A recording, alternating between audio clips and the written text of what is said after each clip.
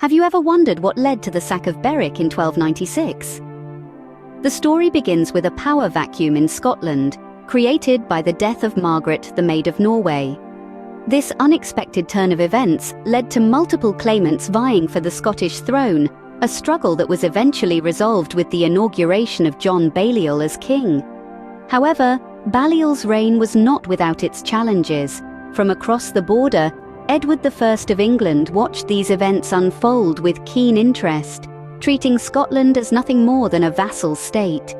He made demands for military support, a move that didn't sit well with the newly crowned Scottish king. This tension set the stage for a clash between the two nations, with the town of Berwick poised at the heart of it. As tensions mounted, Scotland sought allies and found one in France.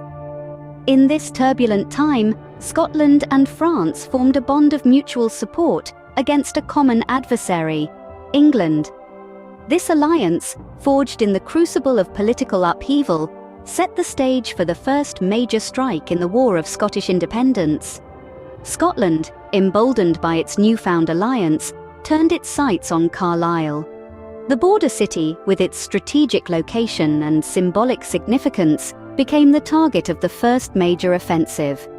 But the Scots, eager for a swift victory, were met with a staunch resistance that ultimately led to their defeat.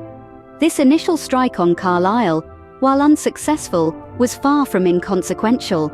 It served as a wake-up call for England, and particularly for Edward I. The audacity of the attack sent a clear message. Scotland was not a vassal state to be commanded, but a nation ready to defend its sovereignty. This failure, however, was not without its repercussions. The unsuccessful attack on Carlisle was a turning point, triggering a retaliation from Edward I that would change the course of history. The retaliation came swiftly and brutally, starting with the siege of Berwick. As the sun rose on that fateful day in 1296, the English forces, under the command of King Edward I, set their sights on the bustling trading port of Berwick. This was not a random act of aggression, but a calculated move in a grand chess game of thrones. Berwick was not just any port.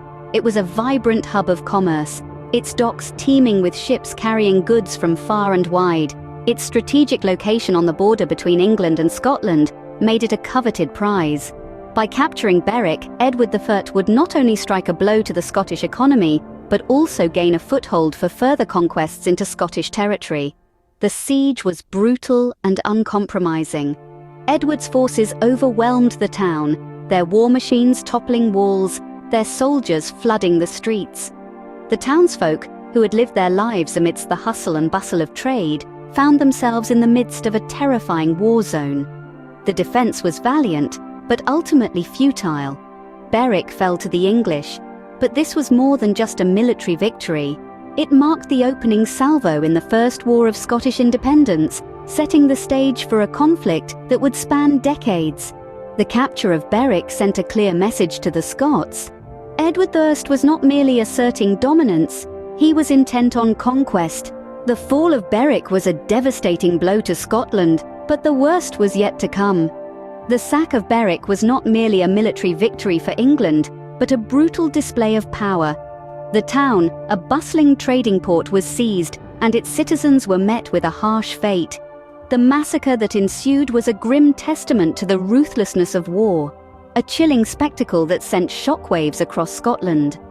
The psychological impact on the Scottish people was profound. This wasn't simply a battle lost. It was a massacre that struck at the heart of Scottish pride and dignity. The loss of life was immense, but the blow to national morale was even greater. It was a brutal reminder of the might of the English force, leaving an indelible mark on the Scottish psyche. In the wake of the sack, the Battle of Dunbar furthered the English conquest. The Scottish lowlands fell under English occupation, a bitter pill for the Scots to swallow. The enemy was not at the gates, but within them, ruling their lands and their lives. Yet, the significance of the sack of Berwick extends beyond the immediate aftermath. It was a pivotal moment in the First War of Scottish Independence. In the face of such adversity, the Scots were galvanized, their resolve hardened. The brutal events at Berwick fueled a burning desire for freedom, kindling the flames of resistance that would blaze for years to come. The sack of Berwick marked the beginning of a long and bitter struggle for Scottish independence, a struggle that would shape the destiny of both Scotland and England for centuries to come.